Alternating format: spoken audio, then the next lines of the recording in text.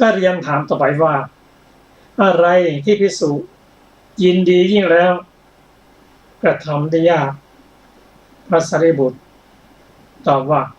การปฏิบัติธรรมสมควรแก่ธรรมผู้มีอายุทำได้ยากเรียนถามต่อไปว่าถ้าภิกษุผู้ปฏิบัติธรรมสมควรแก่ธรรมแล้วจะพึงเป็นพระอรหันต์ได้นานเพียงไรพระสารีบุตรตอบว่าไม่นานนักผู้มีอายุเราจะมาศึกษากันนิดหนึ่งนะครับก็สิ่งที่ทำได้ยากเป็นลำดับไปนั้นเริ่มตั้งแต่ศรัทธาการให้คนมีศรัทธานั้นทำได้ยากอย่างไรศรัทธาคืออะไรศรัทธาก็คือความเลื่อมใสไม่เคลือบแคลงสงสัยในพระพุทธเจ้าไม่เคลือบแคลงสงสัยในพระธรรมไม่เคลือบแคลงสงสัยในพระสงฆ์และไม่เคลือบแคลงสงสัยในสิกขาสามและเชื่อในเรื่องกฎแห่งกรรมอันนี้แหละคือศรัทธาซึ่งพระองค์ตรัสว่าการทำให้บุคคลนั้นมีศรัทธานั้นทำได้ยากนักศรัทธาที่ทำได้ยากนั้นใครมีแล้วนั้นก็เป็นธรรมที่ทำให้เกิดความปลื้มใจเป็นทรัพย์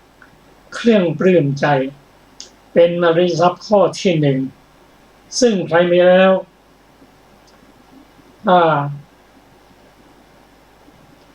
พระองค์จะเสด็จไปโปรดก็ไปโปรดคนมีศรัทธานั่นแหละจะแสดงธรรมก็แสดงธรรมแก่คนมีศรัทธานั่นแหละและคนมีศรัทธานั้นสามารถที่จะปฏิบัติธรรมได้และคนมีศรัทธานั้นหากยังไม่บรรลุธรรมสิ้นชีวิตไปก็ไม่ตกลงในอบายอันนี้เป็นทรัพย์เครื่องปลื้มใจของคำว่าศรัทธาที่ทำได้ยากแต่ยากกว่านั้นมีอีก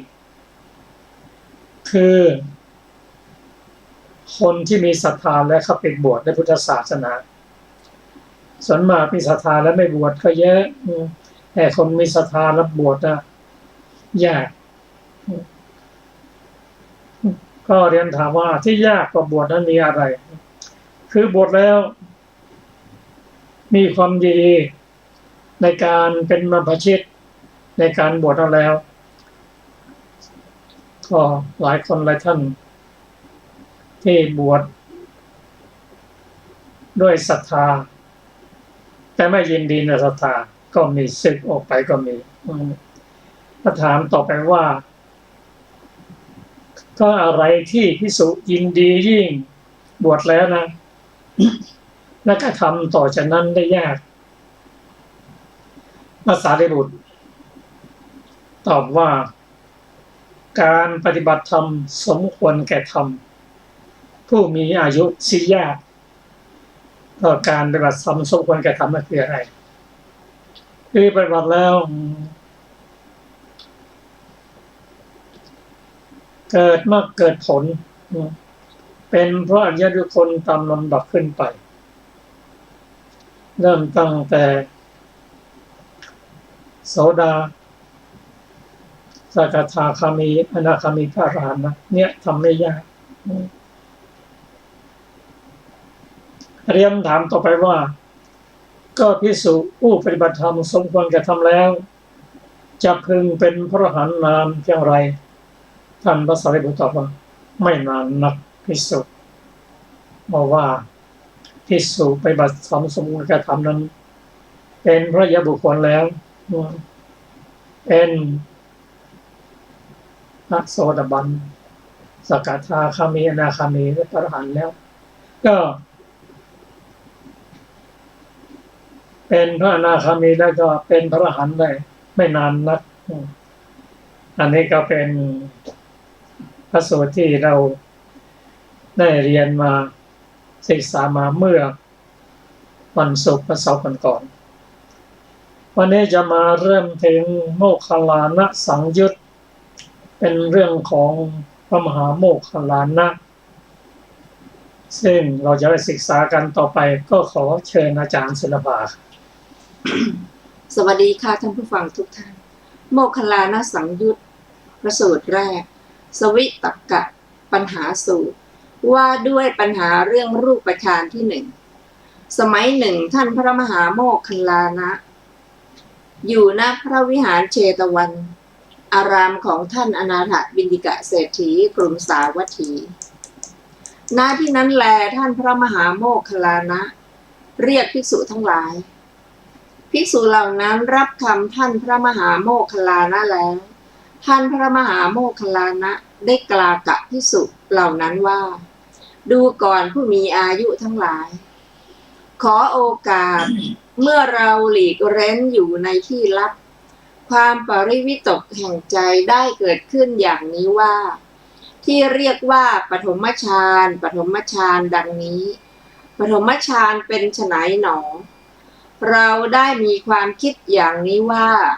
ภิกษุในพระธรรมวินัยนี้สงัดจากกามสงัดจากอกุศลกรรมขอไปสงัดจากอกุศลธรรมเข้าปฐมฌานมีวิตกวิจารมีปีติและสุขเกิดแต่วิเวกอยู่นี้เรียกว่าปฐมฌานเราก็สงัดจากกามสงัดจากอกุศลธรรมเข้าปฐมฌานอันมีวิตกวิจารมีปีติและสุขเกิดแต่วิเวกอยู่เมื่อเราอยู่ด้วยวิหารธรรมนี้สัญญามนสิการอันประกอบด้วยกามย่อมฟุ้งซ่านครั้งนั้นพระผู้มีพระภาคเจ้าเสด็จเข้าไปหาเราด้วยพระฤทธิ์แล้วได้ตรัสว่าโมคคัลลานะโมคคัลลานะเธออย่าประมาทปฐมฌานจงดำรงจิตไว้ในปฐมฌานจงกระทำจิตให้เป็นธรรมเอกผุดขึ้นในปฐมฌานจงดำรงจิตไว้ให้มั่นในปฐมฌานสมัยต่อมาเราสงัดจากกามสงัดจากอกุศลธรรมเข้าปฐมฌานอันมีวิตกวิจารมีปีติและสุขเกิดแต่วิเวกอยู่ดูก่อนผู้มีอายุทั้งหลายก็บุคคลเมื่อจะพูดให้ถูกพึงพูดคำใดว่าสาวกอันพระศาสดาทรงอนุเคราะห์แล้วถึงความเป็นผู้รู้ยิ่งใหญ่บุคคลเมื่อจะพูดให้ถูกพึงพูดคำนั้นกับเราว่าสาวกอันพระศาสดาทรงอนุเคราะห์แล้วถึงความเป็นผู้รู้ยิ่งใหญ่จบสวิตกะปัญหาสูตรที่หนึ่งต่อไปเป็นอรรถกถาของวิตกะปัญหาสูตรที่หนึ่งซึ่งมีดังต่อไปนี้บทว่ากามสหคตาคือประกอบนิวรณ์ห้าก็เมื่อภิกษุนั้นออกจากปฐมฌานแล้วนิวรณ์ห้าปรากฏแล้วโดยความสงบมีอยู่ด้วยเหตุนั้นปฐมฌานนั้นของภิกษุนั้นย่อมชื่อว่ามีส่วนแห่งความเสื่อมพระศาสดาทรงทราบความประมาทนั้นแล้ว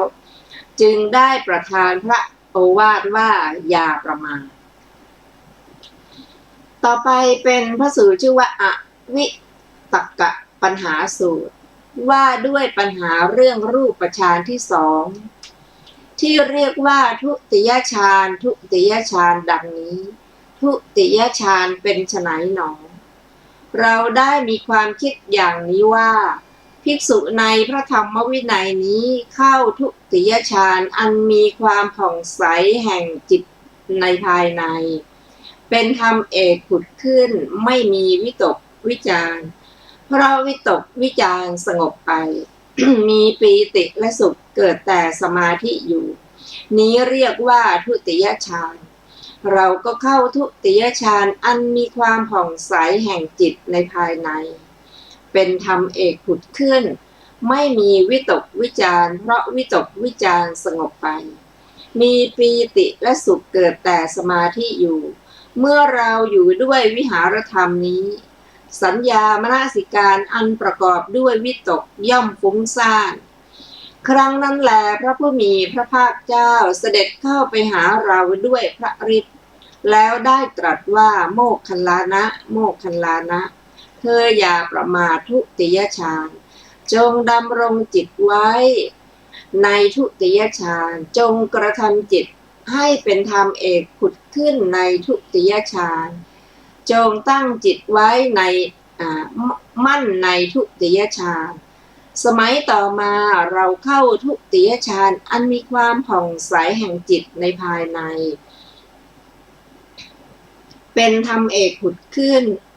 ไม่มีวิตกวิจารเพราะวิตกวิจารสงบไปมีปีติและสุขเกิดแต่สมาธิอยู่ดูก่อนผู้มีอายุทั้งหลายก็บุคคลเมื่อจะพูดให้ถูกพึงพูดคำใดว่าสาวกอันพระศาสดาทรงอนุเคราะห์แล้วถึงความเป็นผู้รู้ยิ่งใหญ่บุคคลเมื่อจะพูดให้ถูกพึงพูดคำนั้นกับเราว่าสาวกอันพระศาสดาทรงอนุเคราะห์แล้วถึงความเป็นผู้รู้ยิ่งใหญ่จบอวิตกปัญหาสูตรที่สองมีอรรถกถาดังนี้แม้ในทุติยฌานเป็นต้นก็พึงทราบความโดยนัยยะนี้แลก็ในข้อฌานอันประกอบด้วยอารมณ์ทั้งนั้นท่านกล่าวว่าสังคตังดังนี้ ต่อไปเป็นสุขปัญหาสูตรว่าด้วยปัญหาเรื่องรูปฌานที่สามที่เรียกว่าตติยฌานตติยฌานดังนี้ตติยฌานเป็นไฉนหนอเราได้มีความคิดอย่างนี้ว่าภิกษุในพระธรรมวินัยนี้มีอุเบกขามีสติมีสัมปชัญญะเสวยสุขด้วยนามกาย พระปีติสิ้นไปเข้าตติยฌานที่พระอริยเจ้าทั้งหลายสรรเสริญว่าผู้ได้ฌานนี้เป็นผู้มีอุเบกขามีสติอยู่เป็นสุขนี้เรียกว่าตติยฌานเราก็มีอุเบกขามีสติมีสัมปชัญญะเสวยสุขด้วยนามกายเพราะปีติสิ้นไปเข้าตติยฌานที่พระอริยเจ้าทั้งหลายสรรเสริญว่าผู้ได้ฌานนี้เป็นผู้มีอุเบกขามีสติอยู่เป็นสุขเมื่อเราอยู่ด้วยวิหารธรรมนี้สัญญามนสิการอันประกอบด้วยปีติย่อมฟุ้งซ่านครั้งนั้นแลพระผู้มีพระภาคเจ้าเสด็จไปหาเราด้วยพระฤทธิ์แล้วได้ตรัสว่าโมคคัลลานะโมคคัลลานะเธออย่าประมาทตติยฌานจงดำรงจิตไว้ในตติยฌานจงกระทำจิตให้เป็นธรรมเอกผุดขึ้นในตติยฌานจงตั้งจิตไว้ให้มั่นในตติยฌานสมัยต่อมาเรามีอุเบกขามีสติสัมปชัญญะเสวยสุขด้วยนามกายเพราะปีติสิ้นไปเข้าตติยฌานที่พระอริยเจ้าทั้งหลายสรรเสริญว่าผู้ใดได้ฌานนี้เป็นผู้มีอุเบกขามีสติอยู่เป็นสุขดูก่อนผู้มีอายุทั้งหลายก็บุคคลเมื่อจะพูดให้ถูกพึงพูดคำใดว่าสาวกอันพระศาสดาทรงอนุเคราะห์แล้วถึงความเป็นผู้รู้ยิ่งใหญ่บุคคลเมื่อจะพูดให้ถูกพึงพูดคำนั้นกับเราว่าสาวกอันพระศาสดาทรงอนุเคราะห์แล้วถึงความเป็นผู้รู้ยิ่งใหญ่จบสุขปัญหาสูตรที่สามต่อไปเป็นอุเบกขาปัญหาสูตรว่าด้วยปัญหาเรื่องฌานที่สี่ที่เรียกว่าจตุตถฌานจตุตถฌานดังนี้จตุตถฌานเป็นไฉนหนอเราได้มีความคิดอย่างนี้ว่าภิกษุในพระธรรมวินัยนี้เข้าจตุตถฌานนัยยะนี้ไม่มีทุกข์ไม่มีสุขเพราะละสุขละทุกข์และดับโสมนัสโทมนัสก่อนได้มีอุเบกขาเป็นเหตุให้สติบริสุทธิ์อยู่นี้เรียกว่าจตุตถฌานเราก็เข้าจตุตถฌานอันไม่มีทุกข์ไม่มีสุขเพราะละสุขละทุกข์และดับโสมนัสโทมนัสก่อนได้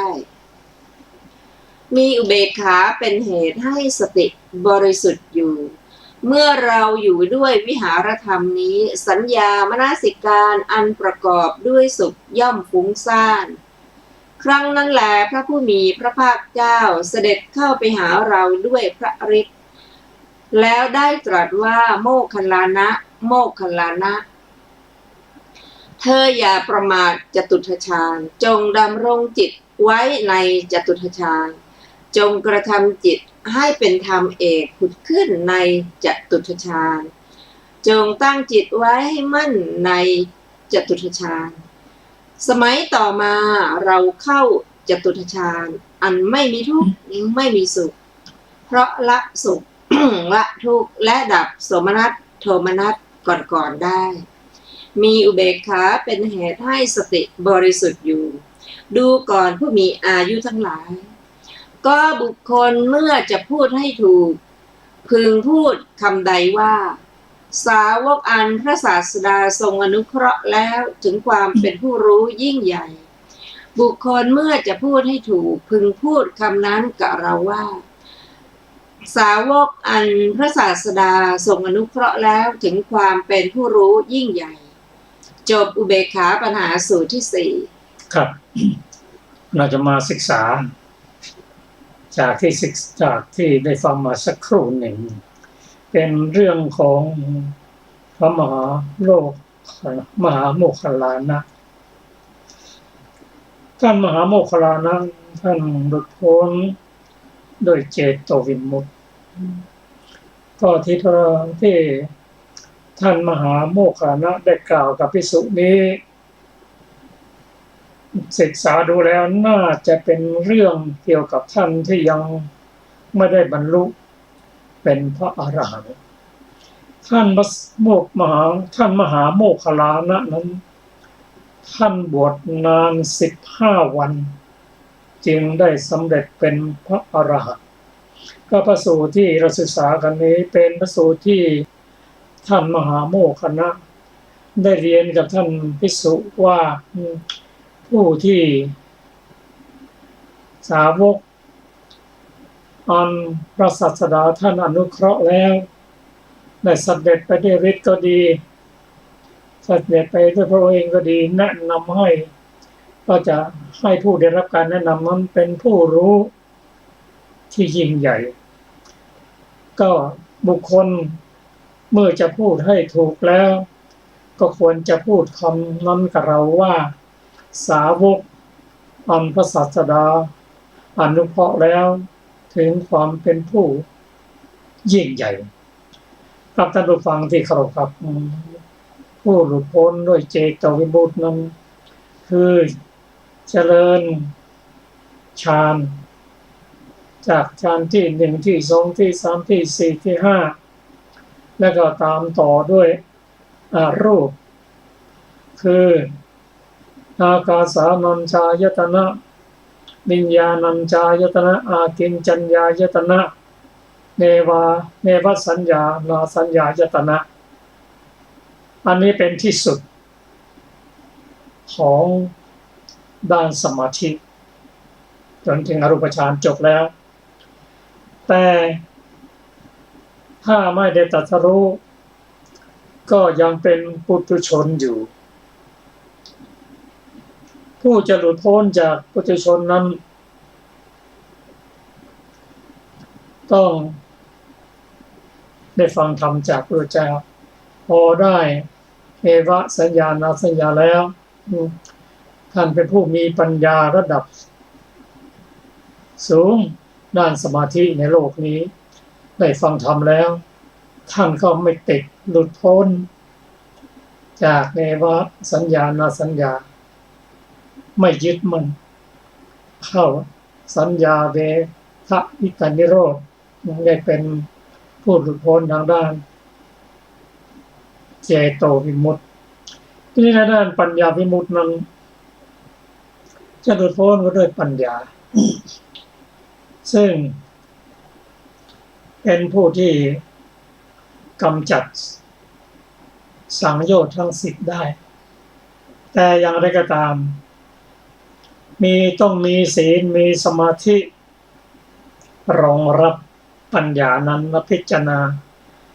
ให้ปัญญาเกิดขึ้นสูงขึ้นจากปัญญาธรรมนาโลกิยะปัญญาจนเป็นปัญญาเรียกว่าอธิปัญญาพอมีอธิศีลอธิจิตควบคู่กันไปก็สังโยชน์10นั้นก็คืออะไรก็คือสักกายทิฏฐิศีลปตประมาสะวิจิกิจฉาอันนี้เป็นสังโยชน์เบื้องต่ำ3ซึ่งพระโสดาบันท่านกำจัดได้แล้วจะเกิดกับเพียง7 ชาติก็จะนิพพานพระสกทาคามีท่านตัดสังโยชน์เบื้องต่ำ3ได้แล้วและทำกิเลสโลภะโทสะโมหะลดลงเป็นพระสกทาคามีจะกลับมาเกิดอีกเพียงชาติเดียวกันก็จะขอบนิพพานต่อมาผู้กำจัดสังโยชน์เรื่องต่ำ5คือเพิ่มคัมมสังโยชน์และปฏิฆะสังโยชน์เป็นสังโยชน์เรื่องต่ำ5ผู้ตัดสังโยชน์และต่ำ5ดังนั้นคือพระอนาคามีท่านจะไม่กลับมาเกิดในโลกนี้อีกแล้วไม่นอนในขันธ์อีกแล้วนิพพานในชั้นสุทธวาสท่านได้ฌานที่4สังโยชน์เบื้องสูง5รวมกับเบื้องต่ำ5ก็เป็นสังโยชน์10ซึ่งพระอรหันต์ท่านตัดได้อรหัตตมรรคคือเพิ่มอีก5อย่างคือเพิ่มรูปปราคะอรูปปราคะอุทธัจจะมานะและอวิชชาก็อุทธัจจะในความฟุ้งซ่านนี้ตัดได้ด้วยพระอรหันต์ตัดได้ด้วยอรหัตตมรรคเพราะฉะนั้นผู้ที่เข้าฌานนั้นก็ยังมีความฟุ้งซ่านอยู่แต่ความฟุ้งซ่านนี้ในระดับของฌานนั้นถ้าทำฌานนั้นให้บริบูรณ์ให้สมบูรณ์ความฟุ้งซ่านนี้ก็สงบระงับไปองค์ฌานเริ่มตั้งแต่ปฐมฌานก็มีวิตกวิจารปิติสุขและวิเวกนี่เป็นองค์ฌานถ้าได้ฌานแล้วความสงบแห่งนิวรณ์5ก็สงบระงับไปได้แก่อะไรมั่งนิวรณ์5กามฉันทะพยาปาทะอุทธัจจะอิรินามิทะและวิจิกิจฉาสงบไปนี่ยังไงฌาน5นะที่ว่านะธรรมนิวรณ์5นะสงบระงับไปคืออุทธัจจะสงบไปแต่ยังตัดไม่ได้แต่ถ้าทำไม่สมบูรณ์แล้วก็ยังมีอะไรที่เป็นช่วงต่อกันเช่นผู้ได้ฌานที่1ได้อรูปฌานที่1นะแต่ยังไม่สามารถที่จะทำให้สมบูรณ์ได้ซึ่งพระพุทธเจ้าตรัสว่าซึ่งท่านเองได้กล่าวกับภิกษุว่าเมื่อเราอยู่ด้วยวิหารธรรมหมายความว่าออกจากฌานนั้นพักเป็นที่พักที่อาศัยนั้นสัญญามนสิการนี่ก็เป็นตัวเจตสิก2ตัวอันประกอบด้วยกามยังฟุ้งซ่านอยู่แสดงว่าฌานนั้นถ้าไม่ปฏิบัติพระองค์ถึงตรัสว่าอย่าประมาทในปฐมฌานนะ ดำรงจิตไว้ในปฐมฌานตราบใดที่ยังอยู่ในปฐมฌานทำจิตให้เป็นธรรมเอกผุดขึ้นคือทำจิต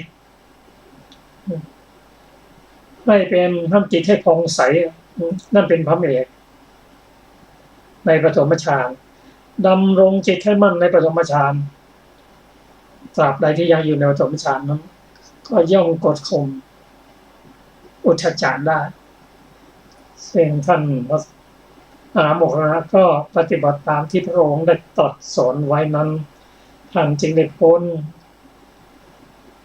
จึงหลุดจากระงับอุทธัจจะคือความฟุ้งซ่านไว้ได้ท่านจึงกล่าวกับภิกษุว่าก็บุคคลถ้าจะพูด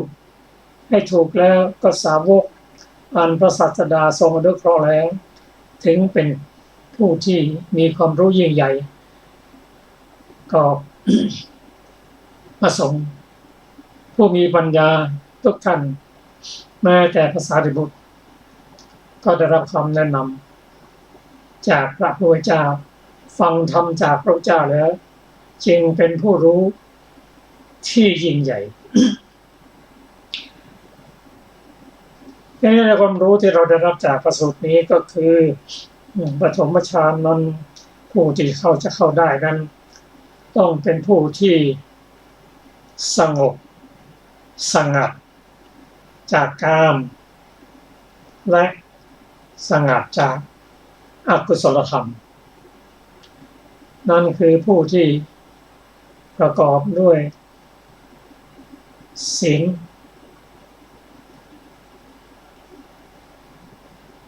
จึงจะเป็นผู้ที่ปฏิบัติในด้านสมาธิได้ก็ปฐมฌานนั้นองค์ธรรมได้แก่วิตกวิจารปิติสุขและเอกคตาธรรมะที่เรียกว่าวิเวกในระดับของปฐมฌานจากนั้นฌานที่สองเรียกว่าสมาธิในฌานที่หนึ่งนั้นที่เราได้เรียนรู้นั่นก็คือผู้ที่ได้ปฐมฌานนั้นพอออกจากฌานนิวรณ์ห้าก็ปรากฏแม้จะมีความสงบอยู่นั้นฟุ้งซ่านก็ยังมีอยู่อันนี้แหละที่ท่านมหาโมคคัลลานะได้รับการเตือนจากพระพุทธเจ้าว่าจงอย่าประมาทเถิดจงทำปฐมฌานให้สมบูรณ์ตัตุตฌานนั้นก็เป็นลำดับที่สององค์ธรรมที่สงบระงับไปนั่นก็คือไม่ใช่วิตกวิจารสงบคำว่าวิตกในฌานนั้นก็คือสงบจากการเกิดการคิดเรื่องกามหรือการมฉันทะสงบจากการพยาบาทและไม่เบียดเบียนเพราะฉะนั้นผู้ที่ได้ฌานนั้นไม่คิดจะเบียดเบียนใครเลยท่านเข้าปฐมฌานเข้าสตุตฌานละวิตกวิจารสงบไปความผ่องใสแห่งจิตคือธรรมเอกผุดขึ้นอาจจะมีปิติและสุขอันเกิดแต่สมาธิอยู่ตั้งจะเข้าอย่างนี้แต่เมื่อท่านยังไม่ทำให้จตุตฌานนั้นสมบูรณ์ก็จะมีความฟุ้งซ่านเกิดขึ้นได้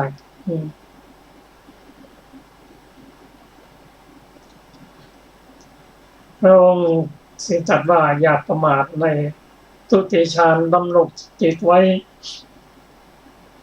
ในทุติยฌานทำจิตให้เป็นผ่องใสเป็นธรรมเอกผุดขึ้นในทุติยฌาน ถ้าตั้งจิตไว้อย่างนี้อยู่ตลอดความฟุ้งซ่านเหล่านั้นก็จะไม่เกิดขึ้นท่านก็ได้รับคำปฏิบัติตามที่พระพุทธเจ้าได้แนะนำไว้ท่านจึงได้กล่าวกับภิกษุว่าบุคคลใดเมื่อจะพูดให้ถูกพึงพูดว่าสาวกอันพระศาสดาทรงอนุเคราะห์แล้วถึงความเป็นผู้ยิ่งใหญ่สาวกอันพระศาสดาทรงอนุเคราะห์แล้วถึงความเป็นผู้รู้ยิ่งใหญ่อันนี้ก็ฌานที่สองนั้นก็ได้แก่ปิติสุขเอกคตาเพราะท่านทำให้วิตกวิจารสงบไป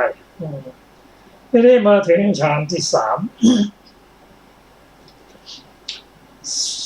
ซึ่งท่านก็คิดว่าตติยฌานนั้นเป็นไฉน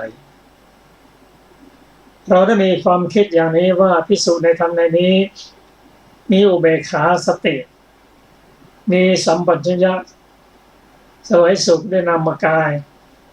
เพราะละปิติไปเข้าจติตฌานที่พระอริยเจ้าทั้งหลายสรรเสริญว่าผู้ที่ฌานนี้เป็นผู้มีอุเบกขามีสติอยู่เป็นสุขอยู่นี่เรียกว่าตติยฌานตกลงก็ท่านละปิติไปเหลือแต่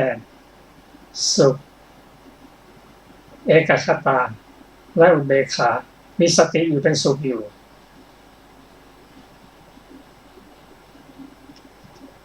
เพราะฌานที่สามนั้นพอละปิติสิ้นไปฌานนี้พระอริยเจ้าสรรเสริญว่าผู้ได้ฌานนี้เป็นผู้มีอุเบกขามีสติอยู่เป็นสุขแต่อย่างไรก็ตามเมื่อท่านอยู่ด้วยวิหารธรรมนี้คือเป็นที่อยู่ในความสงบนี้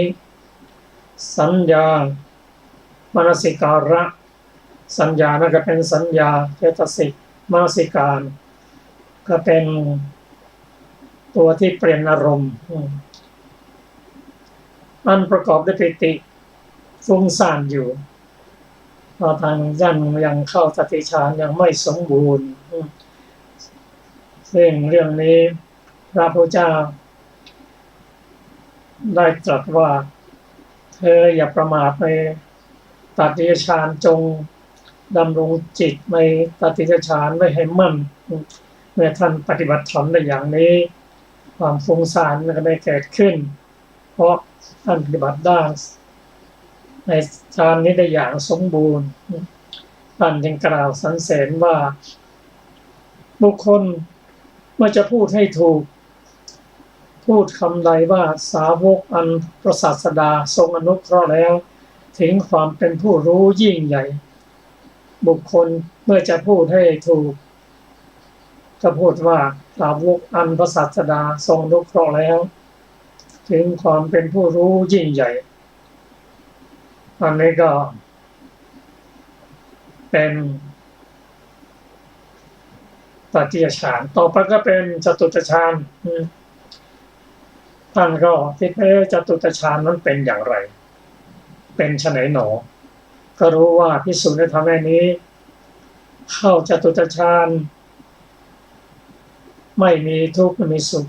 เพราะละสุขละทุกข์และสมนัตโทมนัสก่อนจะได้อย่างที่สี่นั้นละสุขละทุกข์และสมนัตโทมนัสได้มีอุเบกขาเป็นเหตุให้สติบริสุทธิ์อยู่นี่เรียกว่าจตุตฌานท่านก็เข้าจตุตฌานนั้นแต่อย่างไรก็ตามท่านกล่าวว่าสัญญามนสิการอันประกอบด้วยสุขย่อมฟุ้งซ่านอยู่พอถึงตอนนี้พระผู้เป็นเจ้าก็เสด็จไปหาท่านด้วยพระฤทธิ์จะตรัสว่าโมคคัลลานะโมคคัลลานะเธออย่าประมาทในจตุตฌานจง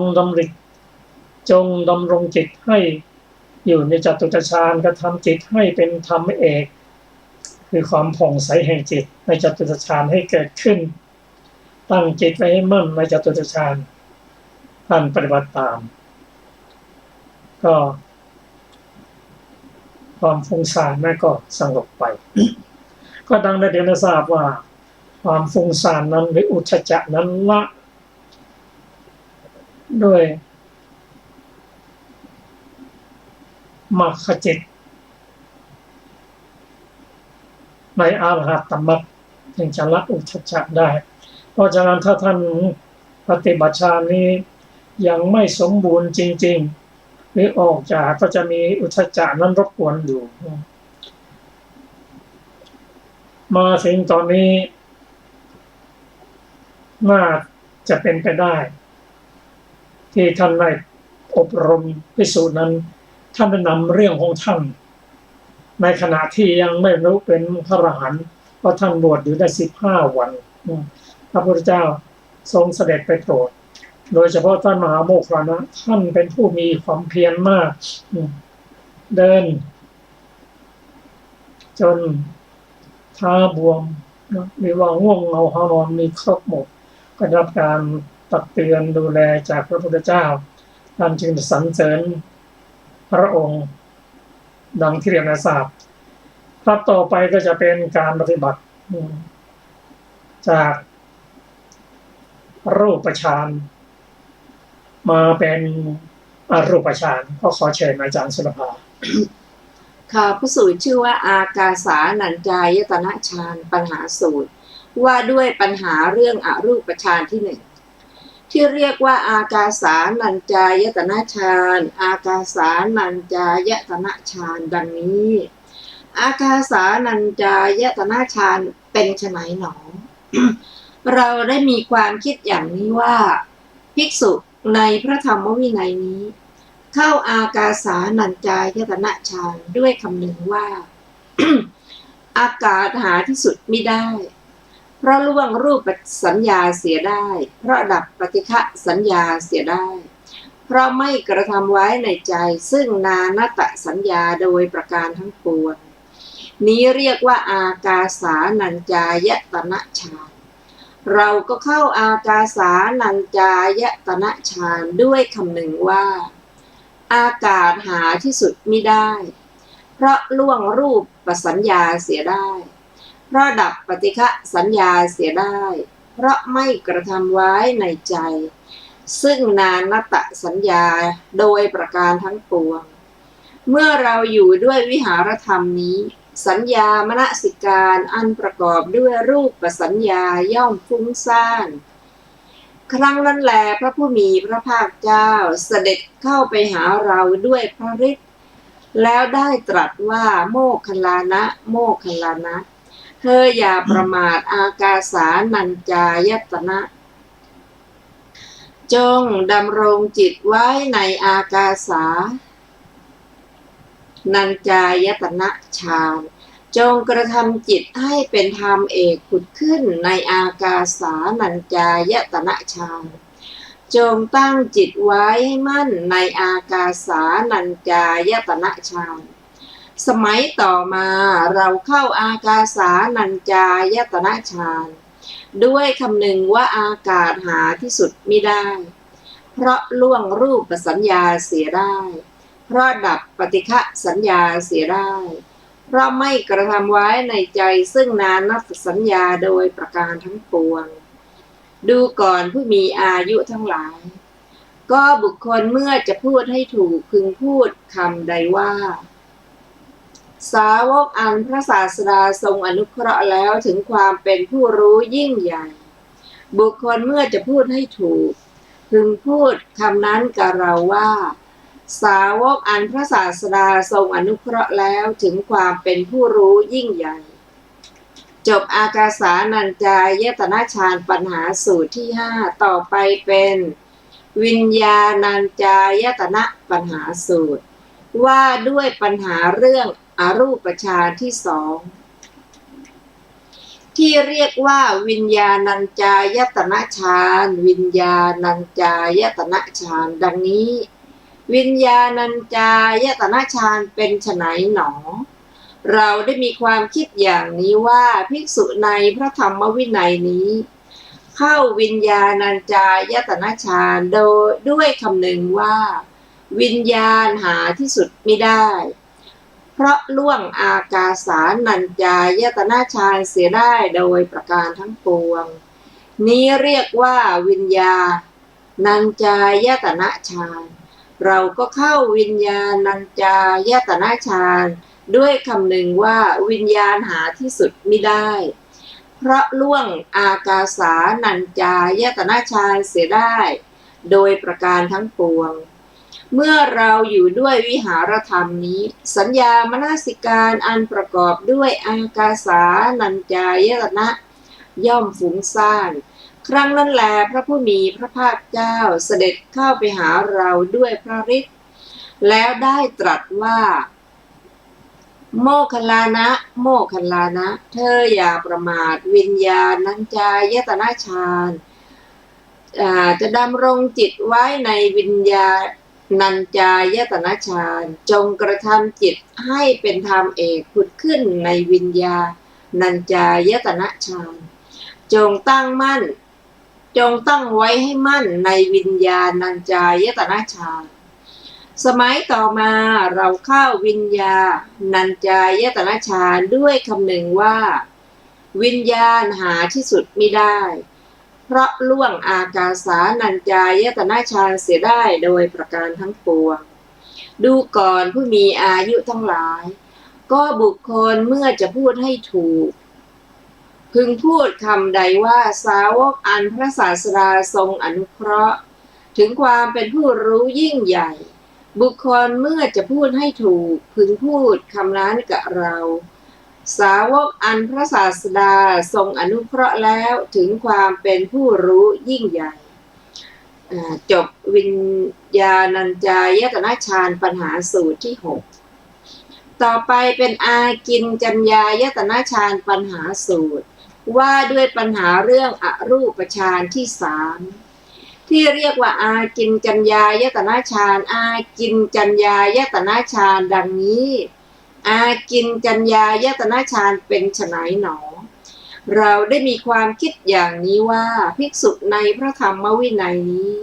เข้าอากินจัญญายตนะฌานด้วยคำนึงว่าสิ่งอะไรหนอสิ่งอะไรหน่อยหนึ่งไม่มีเพราะล่วงวิญญาณัญจายตนะฌานเสียได้โดยประการทั้งปวงนี้เรียกว่าอากินจัญญายตนะฌานเราก็เข้าอากินจัญญายตนะฌานด้วยคำนึงว่าสิ่งอะไรหน่อยหนึ่งไม่มีเพราะล่วงวิญญาณัญจายตนะฌานเสียได้โดยประการทั้งปวงเมื่อเราอยู่ด้วยวิหารธรรมนี้สัญญามนสิการอันประกอบด้วยวิญญาณัญจายตนะฌานวิญญาณายตนะย่อมฟุ้งซ่านครั้งนั้นแลพระผู้มีพระภาคเจ้าเสด็จเข้าไปหาเราด้วยพระฤทธิ์แล้วได้ตรัสว่าโมคคัลลานะโมคคัลลานะเธออย่าประมาทอากินจัญญายตนะฌานจงดำรงไว้ในอากินจัญญายตนะฌานจงกระทำจิตให้เป็นธรรมเอกผุดขึ้นในอากินจัญญายตนะฌานจงตั้งจิตไว้ให้มั่นในอากินจัญญายตนะฌานสมัยต่อมาเราเข้าอากินจัญญายตนะฌานด้วยคำนึงว่าสิ่งอะไรหน่อยหนึ่งไม่มีเพราะล่วงวิญญาณัญจายตนะฌานเสียได้โดยประการทั้งปวงดูก่อนผู้มีอายุทั้งหลายก็บุคคลเมื่อจะพูดให้ถูกพึงพูดคำใดว่าสาวกอันพระศาสดาทรงอนุเคราะห์แล้ว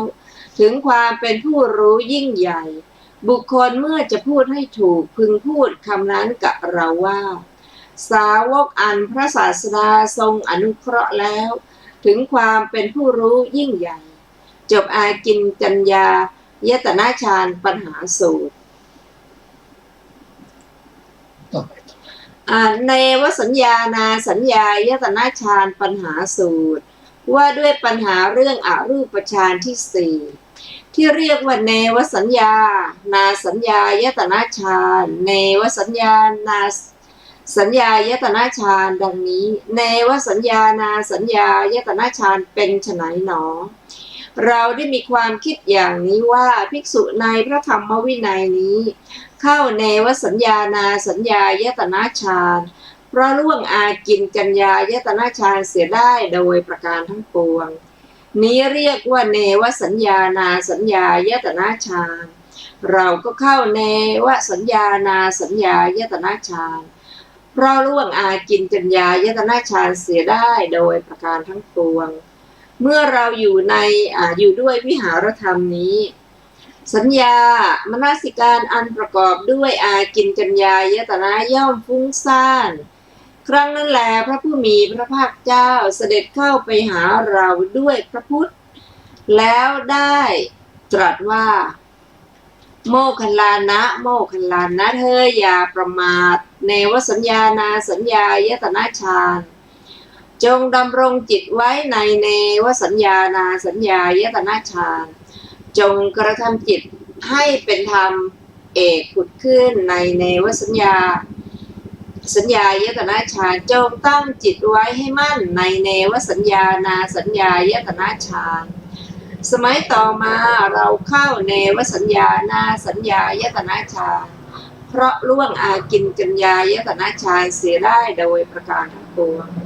ดูก่อนผู้มีอายุทั้งหลายก็บุคคลเมื่อจะพูดให้ถูกพึงพูดคำใดว่าสาวกอันพระศาสดาทรงอนุเคราะห์แล้วถึงความเป็นผู้รู้ยิ่งใหญ่บุคคลเมื่อจะพูดให้ถูกพึงพูดคำนั้นกับเราว่าสาวกอันพระศาสดาทรงอนุเคราะห์แล้วถึงความเป็นผู้รู้ยิ่งใหญ่จบเนวสัญญานาสัญญายตนะฌานปัญหาสูตรที่8ท่านผู้ฟังที่เคารพค่ะวันนี้รายการศึกษาธรรมนำสุขก็ได้หมดเวลาลงแล้วนะคะขอขอบคุณท่านผู้ฟังทุกท่านที่ได้ร่วมศึกษาด้วยกันเราจะมาศึกษาทบทวนอีกครั้งหนึ่งในวันพรุ่งนี้นะคะเวลา 15 นาฬิกาเป็นต้นไปขอความสุขสวัสดีมีแก่ท่านทุกท่านวันนี้ก็ลาไปก่อนสวัสดีค่ะสวัสดีครับ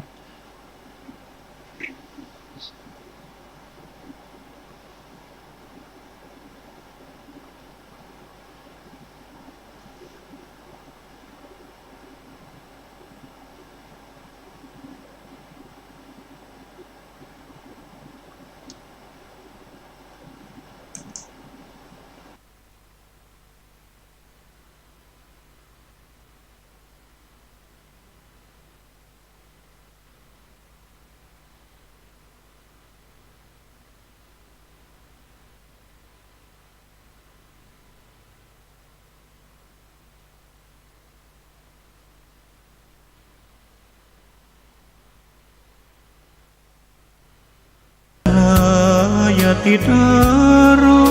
มณ์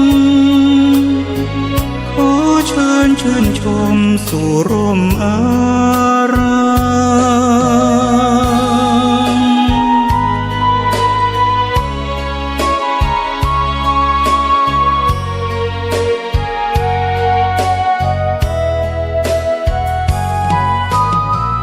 วัดเล็กหรือใหญ่นั้นไม่สำคัญวัดเท่าเทียมกันด้วยแรงพัฒนาพระทรงเคร่งครัดทำกิจวัตรทุกวันเวลามีจิตเมตตาต่อชาวสังคมระฆังกังวานผ่านเร่งขับเลขได้ไงเด็ดดิพระเอกวัดไม่เหมาะสมดื่มดำเข้าประจัดตัณหาอย่าติดอารมณ์ขอเชิญชื่นชมสู่ร่มอารามกายเรื่องเวลามสูตรเวลามพราหมณ์ให้ฟังว่าท่านเศรษฐีสมัยปางเก่าก่อนนั้นเราไปเกิดเป็นเวลามพราหมณ์ในยุคสมัยนั้นไม่มีพระพุทธศาสนาไม่มีพระทักคือนัยบุคคลคือบุคคลผู้รับทาน เราให้ทานแก่พาหิรชนคนไม่มีศีลไม่มีธรรมเราตั้งเตาถ่านเลี้ยงพาหิรชน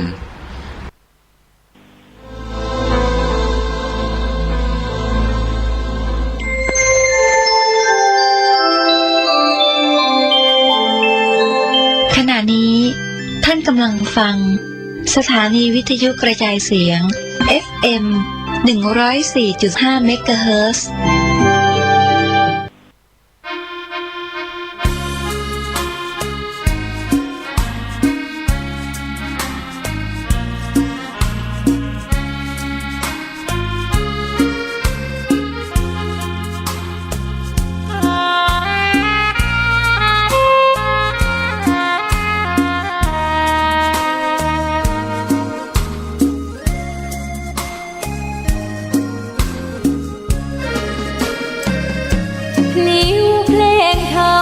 ถูกถ้อยคำเข้าถึงจิตใจ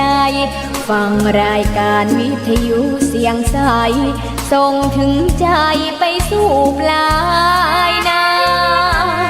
สารธรรม